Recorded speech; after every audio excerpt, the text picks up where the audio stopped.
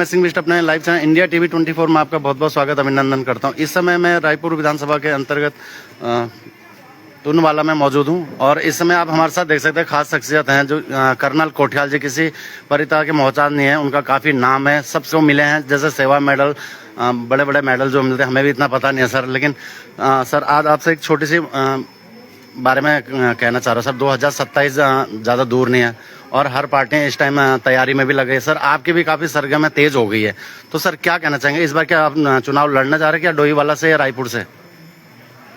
देखो, ये तो पार्टी जहाँ से नियुक्त करेगी, ये तो प्रक्रिया है जो हर बार आती है।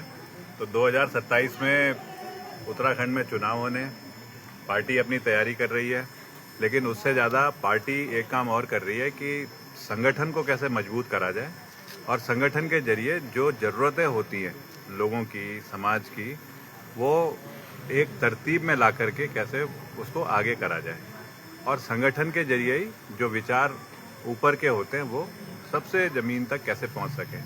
तो उसी में हम भी एक पार्टी के कार्यकर्ता हैं। कहीं ना कहीं जरूर अपनी दावेदारी तो करनी चाहिए, वो दावेदारी हम भी करेंगे।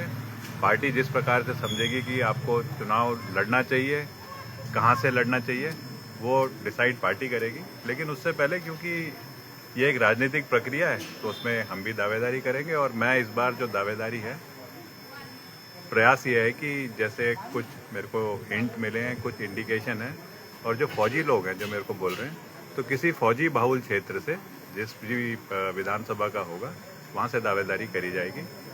ज़्यादातर कोशिश देहरादून के आसपास के क्षेत्र। सर आपने जो कैंप चलाया सर, उसमें फ्री ऑफ कॉस्ट रहता है आपका, ये बहुत बड़ी बात है। आज के डेट में हर कोई पैसा लेता है, लेकिन आप 1 रुपये तक नहीं लेते। कई लोगों को, आप हजारों की संख्या में आप लोगों युवाओं को नौकरी मतलब आपने प्रशिक्षण दिया। सर क्या कहना चाहेंगे इस विषय में?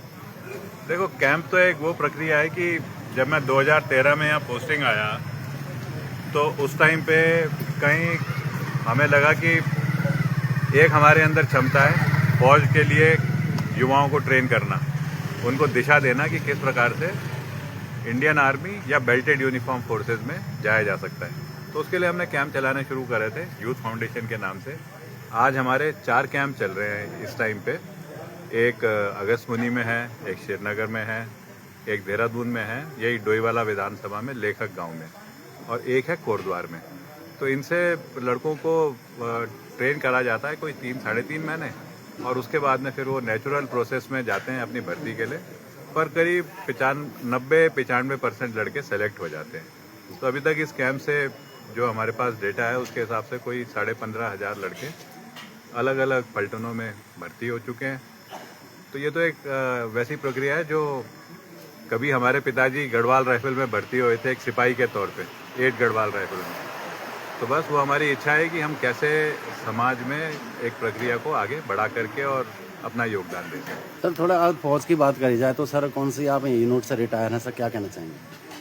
मैं 1992 में गढ़वाल राइफल्स की 4th बटालियन में कमीशन हुआ था। उसमें मैंने नौकरी करी, उस पलटन को मैंने कमांड करा। फिर इंडियन आर्मी में 27.5 साल नौकरी करके मैं वॉलंटियर रिटायरमेंट लेके 2018 में सोसाइटी में आ गया था। तो बस वहीं पे फिर समाज में जो आर्मी के मेरे एक्सपीरियंस हैं, जो फौज में सीखने के मौके मिले, उन्हीं को लेकर के अपने प्रयास करता रहता हूँ कि कैसे जो अपनी उम्र में कुछ मैं कर सकूँ, अपना जो योगदान दे सकूँ, वो एक प्रक्रिया है जिसे आजकल या हमेशा ही करता रहता हूँ। तो धन्यवाद सर, आपने समय दिया। तो ये थे कर्नल कोठियाल जी। इस टाइम इनके पास दायित्व है राज्य मंत्री का। तो दोस्तों कर्नल कोठियाल जी को आप जानते हैं, इस टाइम सरगर्मियाँ काफ़ी तेज़ हो गई है और इस टाइम उन्होंने भी अपनी दावेदारी पेश कर दी। हालांकि हो सकता है डोईवाला विधानसभा से लड़े या रायपुर से लड़े, तो पार्टी को तय करना है। और इस समय हमारी मुलाकात हुई थी कर्नल साहब से, आपको दिखा देते हैं पूरा।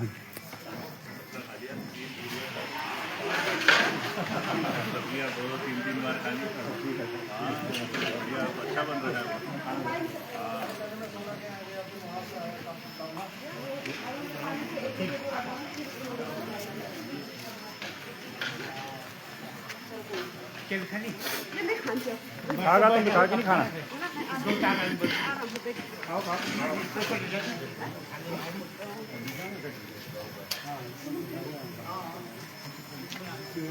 अच्छा